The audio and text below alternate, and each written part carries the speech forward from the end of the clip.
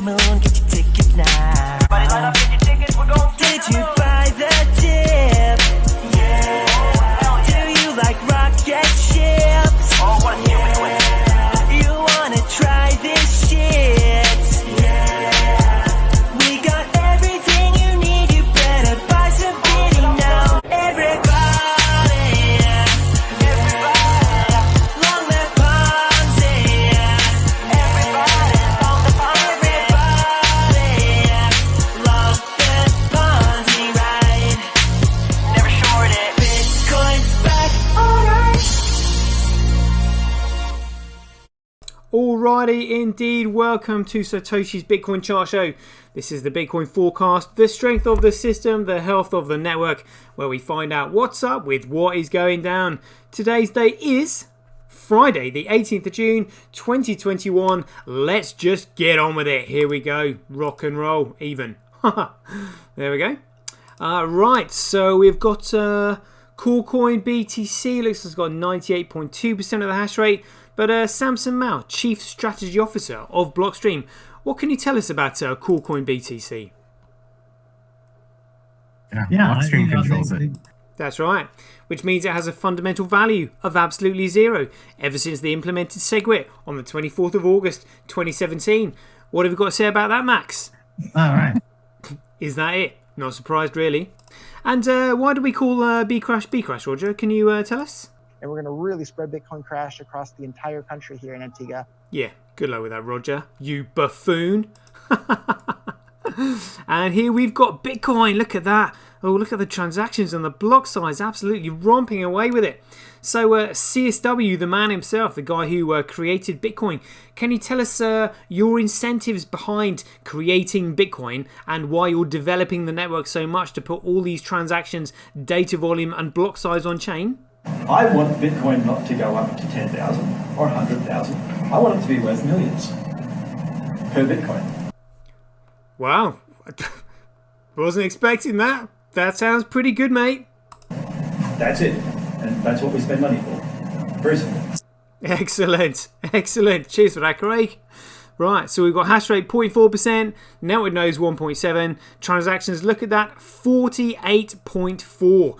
In comparison to Coolcoin, it's only got 37.6. But look at the block size, 76.4. Absolutely smashing it. So, Michael Saylor, can you tell us what is it that we should actually be looking for, like when we're looking at Bitcoin? Big blocks, $100 million. Oh, no, come on, Michael. Let's do it properly. What do we want? Big blocks. What size? $100 million chunks. Whereabouts? On the blockchain. There we go. Oh, shout out to Diddy World and Keith Fellows in the house. Thank you for joining me. Just having a rundown of these figures. Check it out. Look at all these juicy blocks. 9, 24, 9, 3, 3, 3, 3, 1, 5, 11, 46. There we go. 25. There we go. 57. There we go. 34, 35. Beautiful. 13. Look at that. I'm only going to call out the double-digit megabyte block sizes from now on. But look at Bcrash. Look, they're having trouble even getting a megabyte on there. And look at that. Even Coolcoin is struggling to get all their blocks filled with a megabyte now. Nobody's using it because it's an absolute piece of pap. There, right there. So hash rate follows price, follows value, follows utility, follows creativity, initiative and intelligence. If you are intelligent and you apply creativity and initiative, you can make something useful. When something is useful, it can then create value. When it creates value, it can then develop a price. When it develops a price, it can then be measured against the cost of other goods and services and used as a medium of exchange. There we go. Coolcoin Bcrash again. Proof of work, they'll fall into their own footprint. Bcrash Bitcoin, hash rate, who cares? Bcrash Bitcoin, proof of work, who cares? It is currently 10,000 times cheaper to transact on Bitcoin than Coolcoin, which is 10 times cheaper than Bcrash even. Absolutely amazing. Look at this. It's currently 26% more profitable to mine on Bitcoin than it is Coolcoin. That shows you the competition for it. These shitcoin enterprises desperate to get on the chain, but not going to let them. No siree, no way. Bcrash is 2.3% more profitable to mine on that chain. Who cares? Daily average Bitcoin block size by network. That's the data flowing through the chain. Bitcoin absolutely smashing it. Transactions by network, Bitcoin winning. Transactions per block by network, Bitcoin winning. Fees USD, that's fees in the block due to transaction volume. Fees SirToshi's, again, transaction volume. Block reward ratio, again, percentages on the left hand side there. We'll just monitor this with time because that's the block reward ratio and the fees in the block. Again, expecting huge increases in both, so we'll just monitor that carefully. But look at this, daily accumulated Bitcoin blockchain growth by network. Look at that, mind the gap. Let's see where we are. Here we go, let's just extend this a little bit. There we go, where are we? So we have got 378 gigabytes of data on the Bitcoin chain in comparison to 357 gigabytes compared to the Coolcoin chain. So CSW, take the floor again. Tell me what can we expect from the future in Bitcoin? We've tested up to 380 gigabyte blocks. So that's one block with 10 years worth of data in it. Absolutely amazing. We've tested 1 million transactions a second. Oh yeah. And transaction sizes up to 20 megabytes. Super complex scripts, basically ones that can run operating systems. That's all of global commerce times about 50. On top of that, we can have complex scripts. On top of that, we can scale each of those transactions 1,000 times, which effectively means about 1 billion transactions per second, which means we can then have all derivatives, all complex trades. That means high frequency trading. It means everything that happens globally. Awesome. All derivatives, so that's an 800 to $1 quadrillion market cap. High frequency trading, everything that happens globally. Absolutely fantastic. So let's just have a look to see how far ahead we are. Look at that. 23.4 gigabytes in front of Coolcoin, and again I worked out the other day that's actually 105.5% more than the Coolcoin chain. Absolutely smashing it. Let's have a look at the politics here in the hash rate. Global hash rate 7 days, and Pool and via BTC turning up. They must be massive miners, huge miners. So global hash rate 24 hours. Oh, via BTC turning it down a bit for whatever reason. Coolcoin probably going to be similar to, just F2 Pool and Binance trading places. Other than that, it's similar. Bcrash. Oh, look at this. Look at this, and it's only 2.3% more profitable to mine it. And Antpool have got 53%, and BTC.com 6.25%. So effectively, that's 60% of the hash rate on the Bcrash network, owned by Bitmain. And the chain is dead. It's literally a dead chain. It's a complete waste of time. All it's got is a speculative price. That's it. It will literally crash overnight. Dear oh dear.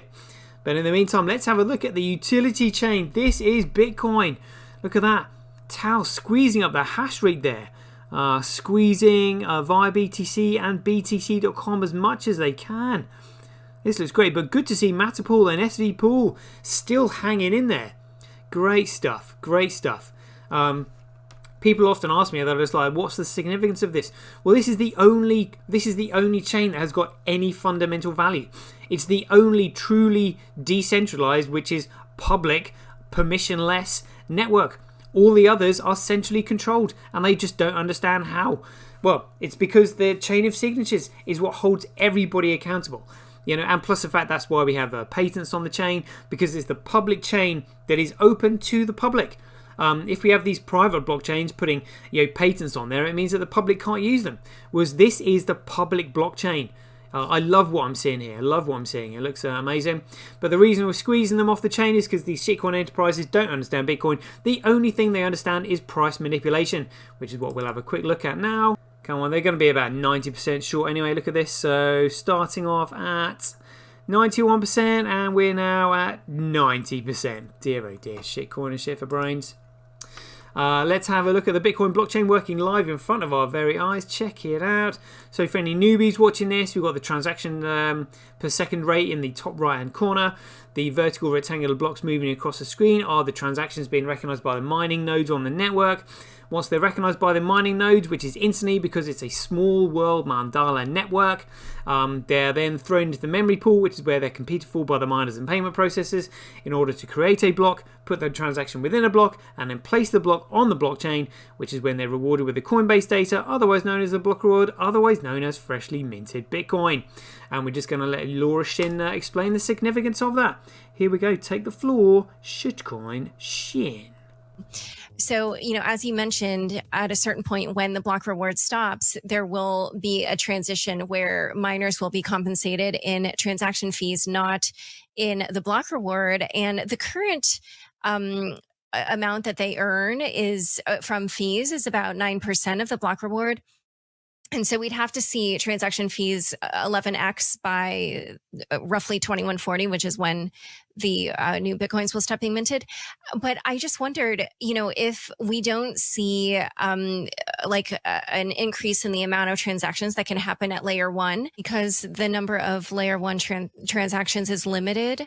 And right now, I feel like a lot of the scaling is focusing on layer two. Can transaction fees 11x in that time, or will that require people to pay a lot more per transaction? Over the next couple halving cycles, we should see it start to predominantly be the value that is compensated to the miners in the block reward. If Bitcoin is the world reserve currency that doesn't have a strong security model, like there's not a lot of monetary compensation in the block reward due to transaction fees, well, then its long-term security will be weak. If it is the world reserve currency, there will be very, very many layer one transaction fees.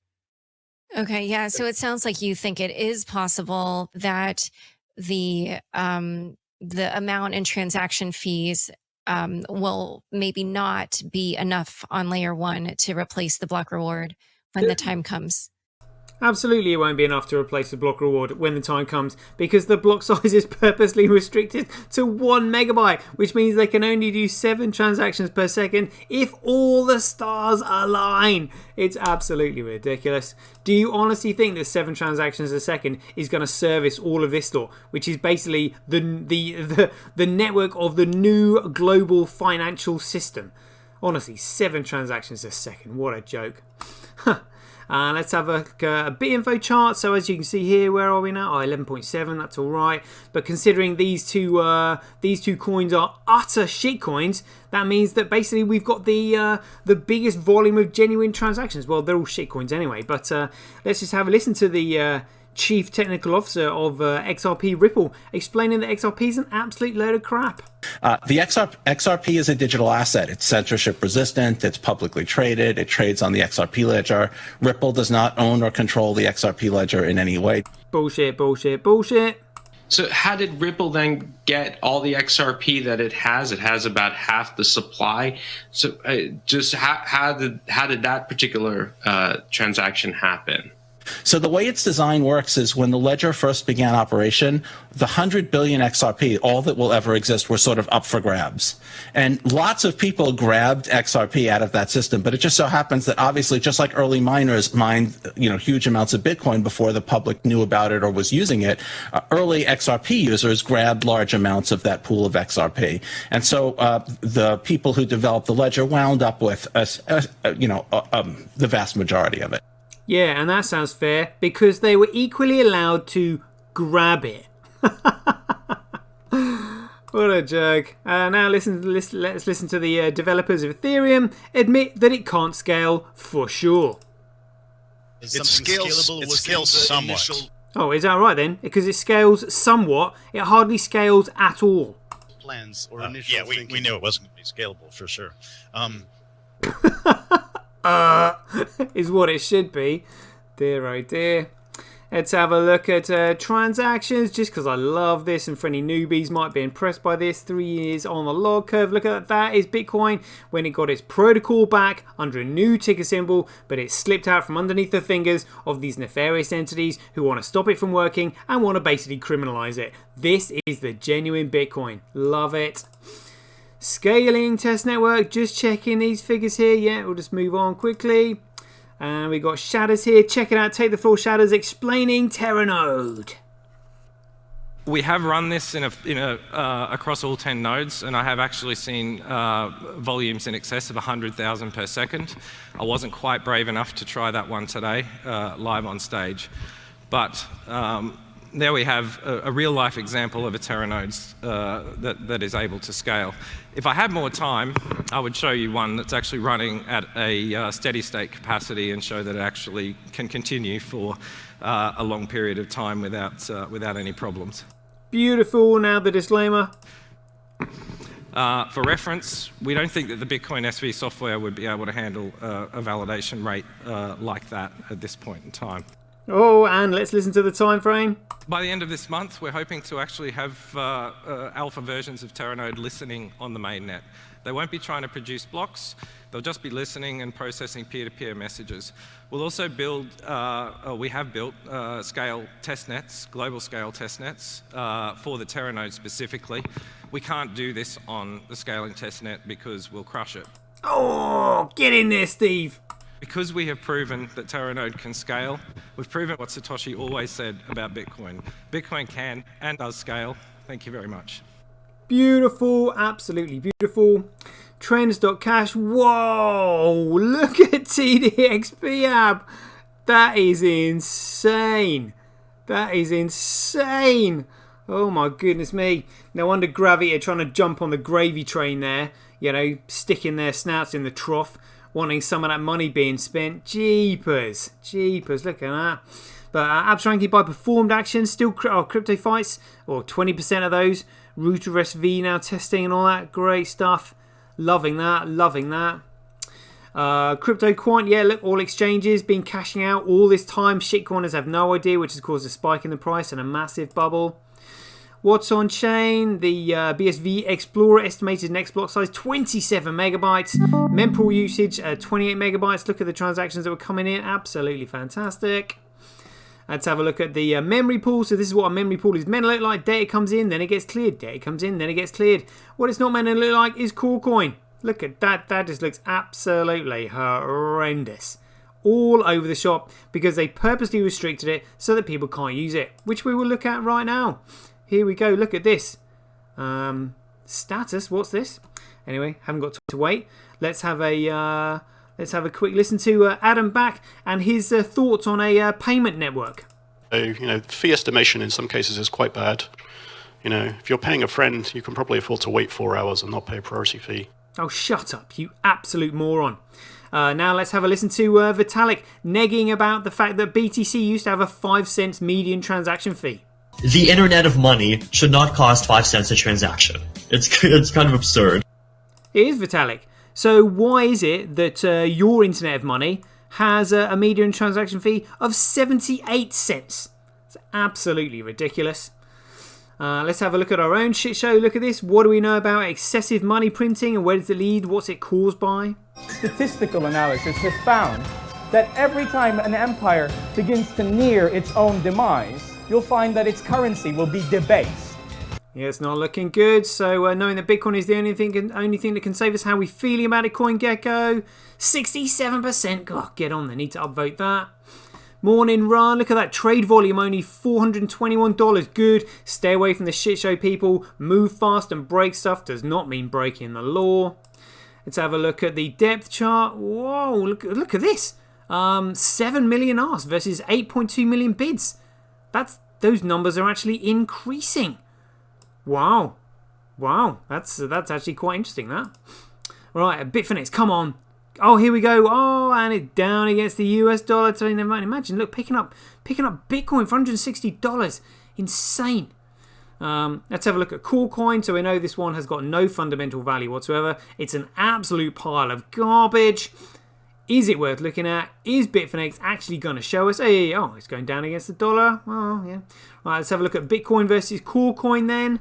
So, hey, looks like we're trending upwards. Loving that. Loving that. Yep, we'll take that. Coin crap. Let's have a look at the overall shit show. So CoreCoin down 3.3%. Look at all these absolute pieces of crap. Totally embarrassing. And Bitcoin down 1.9. That's all right. Yeah, we'll take that. Winnie against CoreCoin. Stream YouTube subscribers 567. Oh, look at Rabs ranking by views my latest video just this morning. Number 2 in the charts. Loving that. Good stuff. Streamanity still 27, but look at this. Made $2.40 from my last video. Wouldn't get that on YouTube, not with only 567 subscribers. And let's have a look at Twitch new user signups. 30. Oh dear, oh dear, looking a bit skinny, but it's still moving in the right direction. Let's have a look at Ruthie's tweet. 965, nearly 966. Let's check out our man SirToshi. How is he doing? 78,500 followers. That's all right. Let's look at stablecoin printer. Just quickly, any USDT? Is this oh, look at that. No USDT being printed. Amazing. And 21 minutes. There we go. Going to close the show, guys. Hope you enjoyed it. Catch you guys later. Get paid for posting your pics on Relica. Download the app now at www.getrelica.com. Get your tweet etched on Twitch, forever on the Bitcoin blockchain. Do it today at www.jointwitch.com. BuyBSV.live, the best place to buy Bitcoin SV online.